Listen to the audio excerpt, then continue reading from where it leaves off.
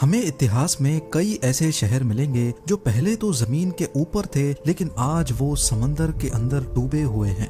Greece के समंदर में 5000 साल पुराना एक पूरा शहर डूबा हुआ है जिसको पावलो पेट्री कहा जाता है। वक्त के गुजरते हमारे अर्थ की जियोग्राफी चेंज हो रही है। ग्लोबल वार्मिंग की वजह से ओशंस का पानी बढ़ रहा है और इस बात में कोई शक नहीं है कि आने वाले सालों में दुनिया के कई छोटे बड़े शहर पूरे के पूरे पानी के अंदर होंगे। इस ग्लोबल वार्मिंग के नतीजे में इंडिया, पाकिस्तान और बांग्लादेश के कौन कौन से शहर कितने और कब डूबेंगे, यही सब कुछ आप आज जानने वाले हैं। ज़ेम टीवी की वीडियोस में एक बार फिर से खुशामदीद। नाजरीन, कहीं ना कहीं हम सब ने ग्लोबल वार्मिंग का नाम सुन रखा है। हमारे प्लेनेट का एवरेज टेम्परेचर दिन ब दिन बढ़ता जा रहा है, जिसकी वजह से ग्लेशियर्स तेजी से पिघल रहे हैं। ईयर 1880 से लेकर आज 2022 तक हमारे अर्थ का एवरेज टेम्परेचर 1.4 डिग्री सेल्सियस तक बढ़ गया है।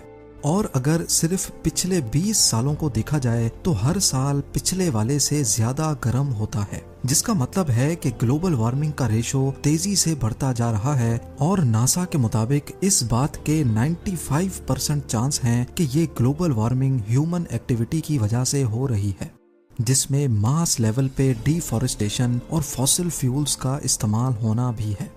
फॉसिल फ्यूल्स के जलने की वजह से मुख्तलिफ गैसेस एटमॉस्फेयर में इकट्ठी होकर ग्रीन हाउस इफेक्ट पैदा कर देती हैं। अब इसके नतीजे में दुनिया भर में मौजूद बर्फ के ग्लेशियर्स आहिस्ता आहिस्ता मेल्ट होकर ओशंस का लेवल बढ़ा रहे हैं। फॉसिल फ्यूल इस्तेमाल करने से पहले ही ईयर 1800 से लेकर 1900 तक ओशंस का लेवल 6 सेंटीमीटर्स तक बढ़ चुका था, यानी तकरीबन 2.5 इंच। लेकिन फॉसिल फ्यूल्स इंसान के हाथ लगने के बाद से ओशंस के लेवल में खातिर खा इजाफा देखा गया। ईयर 1900 से लेकर 2000 तक ओशन लेवल्स में 19 सेंटीमीटर्स का इजाफा देखा गया है, जो पिछले 100 सालों के मुकाबले में करीब 3 टाइम्स ज्यादा है। इससे भी बुरी खबर यह है कि अगर ईयर 2000 से लेकर आज 2022 तक सिर्फ इन 22 सालों को देखा जाए तो ओशंस का लेवल पिछले 100 सालों के मुकाबले में डबल स्पीड से बढ़ रहा है। नेशनल एटमॉस्फेरिक एडमिनिस्ट्रेशन का कहना है कि अगर इसी स्पीड से ग्लोबल वार्मिंग होती रही और ग्लेशियर्स मेल्ट होते रहे तो ईयर 2100 तक हमारे समंदरों का लेवल 2.5 मीटर्स तक बढ़ जाएगा। और ये वाकई एक बहुत ही अलार्मिंग सिचुएशन है। यानी ईयर 2100 तक वो कोस्टल सिटीज जो बिल्कुल समंदर के साथ लगी हुई हैं और जिनकी एलिवेशन भी सिर्फ 2.5 मीटर या उससे भी कम है, वो आधी से भी ज्यादा समंदर के अंदर होंगी। जैसा कि थाईलैंड का कैपिटल बैंकॉक, यहाँ की एवरेज ऊंचाई गल्फ ऑफ थाईलैंड से सिर्फ 1.5 मीटर ऊंची है। लिहाजा ईयर 2100 में बैंकॉक कुछ इस तरह दिखेगा। बांग्लादेश के कैपिटल ढाका में बुरी गंगा रिवर के किनारे अच्छी खासी आबादी पानी के अंदर होगी। अजरबैजान की बात की जाए तो बाकू का ज्यादातर कोस्टल एरिया पानी की नजर हो चुका होगा। सिंगापुर के आउटस्कर्ट्स में बने कई प्रोजेक्ट्स डूब जाएंगे, जिसमें सिंगापुर पोर्ट भी शामिल है।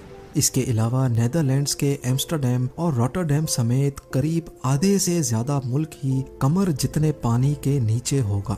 और मालदीव्स में मौजूद सारे आइलैंड्स और उनमें मौजूद रिजॉर्ट्स का तो नामो निशान भी नहीं रहेगा। यानी ईयर 2100 तक करीब 1.5 अरब लोगों को इन मकामात से हटकर कहीं और शिफ्ट होना पड़ेगा। अब ये तो हमने बात की सिर्फ उस सिचुएशन की जब 80 सालों के बाद समंदरों का लेवल 2.5 मीटर बढ़ेगा। लेकिन वर्स्ट केस सिनेरियो ये है कि अगर दुनिया में मौजूद तमाम ग्लेशियर्स मेल्ट हो गए तो तब क्या होगा।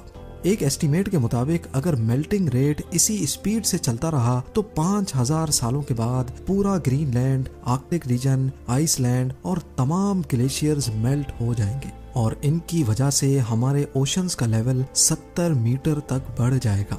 लेकिन जरूरी नहीं है कि ये नौबत 5000 सालों के बाद ही आए। जिस तेजी से इंसान दिन ब दिन नेचुरल रिसोर्सेज को एब्यूज करके आबो हवा को खराब कर रहा है, लगता ये है कि ये नौबत 2000 सालों में ही आ जाएगी। तो इस सिचुएशन में हमारा अर्थ कैसा दिखेगा, और सबसे बढ़कर ये कि हमारे सब कॉन्टिनेंट में इंडिया, पाकिस्तान और बांग्लादेश के कौन कौन से शहर अंडर वाटर सिटीज की दास्तान बनकर रह जाएंगे।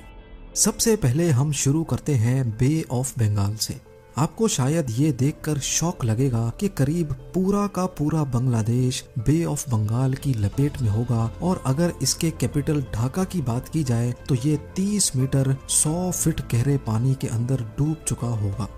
इसके साथ साथ बे ऑफ बंगाल इंडिया के कई हिस्सों पे भी अपना कब्जा जमा लेगा।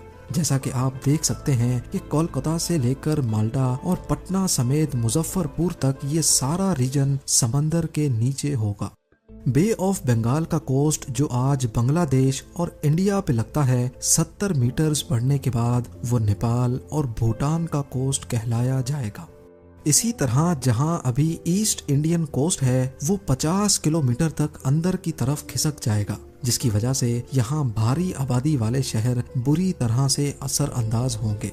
अगर हम सिर्फ चेन्नई की बात करें तो ये 200 फीट पानी के अंदर होगा। 1959 में कंस्ट्रक्ट की गई चेन्नई में मौजूद LIC बिल्डिंग, जो एक वक्त इंडिया की सबसे ऊंची बिल्डिंग हुआ करती थी, वो पूरी की पूरी बिल्डिंग पानी के अंदर होगी। चेन्नई से होते हुए पानी का लेवल तमिलनाडु और आंध्र प्रदेश के बॉर्डर पे जा लगेगा। इंडिया के वेस्टर्न कोस्ट पे नजर दौड़ाई जाए तो 70 मीटर्स बढ़ने के बाद नॉर्थ और साउथ गोवा के तमाम बीच रिजॉर्ट्स मलिया मेट हो जाएंगे।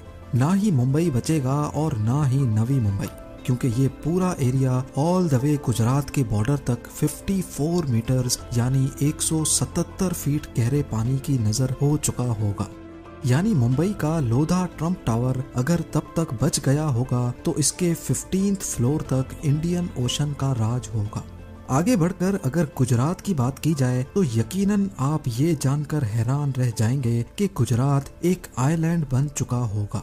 जैसा कि आप भी देख सकते हैं कि 70 मीटर्स बढ़ने के बाद अरेबियन सी के पानी ने गुजरात को इंडिया से अलग कर दिया है। और अगर तब तक इंसान की नस्ल बची तो अहमदाबाद शायद कोई बीच रिजॉर्ट में कन्वर्ट हो जाएगा, क्योंकि अरेबियन सी का बॉर्डर आगे बढ़कर अहमदाबाद तक जा लगेगा। अब आ जाते हैं पाकिस्तान पर। हैरत अंगेज तौर पे पाकिस्तान की पूरी सिंध प्रोविंस ही अरेबियन सी की लपेट में आ चुकी होगी। कराची से लेकर हैदराबाद, नवाबशाह, सक्खर से होते हुए जैकोबाबाद तक 400 किलोमीटर्स में आने वाली तमाम मेजर सिटीज कई 100 फीट पानी के अंदर गुमनाम शहरों की शक्ल इख्तियार कर लेंगी। आबादी के हिसाब से दुनिया का 7वां बड़ा शहर कराची 190 फीट अरेबियन सी के बॉटम पे होगा। जो आज यहाँ जानी मानी बिल्डिंग्स और स्काई स्क्रैपर्स हैं, वो समंदर के अंदर मौजूद उस वक्त की अंडर वाटर डिस्कवरीज में शायद दिखाई जाएंगी। इसके अलावा पाकिस्तान के सदर्न कोस्ट पे मौजूद आज जो दुनिया का सबसे डीपेस्ट सी पोर्ट ग्वादर के नाम से पहचाना जाता है, वो तब वाकई में डीप ओशन की नजर होकर सिर्फ एक छोटे आइलैंड से ज्यादा नहीं बचेगा। उम्मीद है जेम टीवी की ये वीडियो भी आप लोग भरपूर लाइक और शेयर करेंगे। आप लोगों के प्यार भरे कमेंट्स का बेहद शुक्रिया। मिलते हैं अगली शानदार वीडियो में।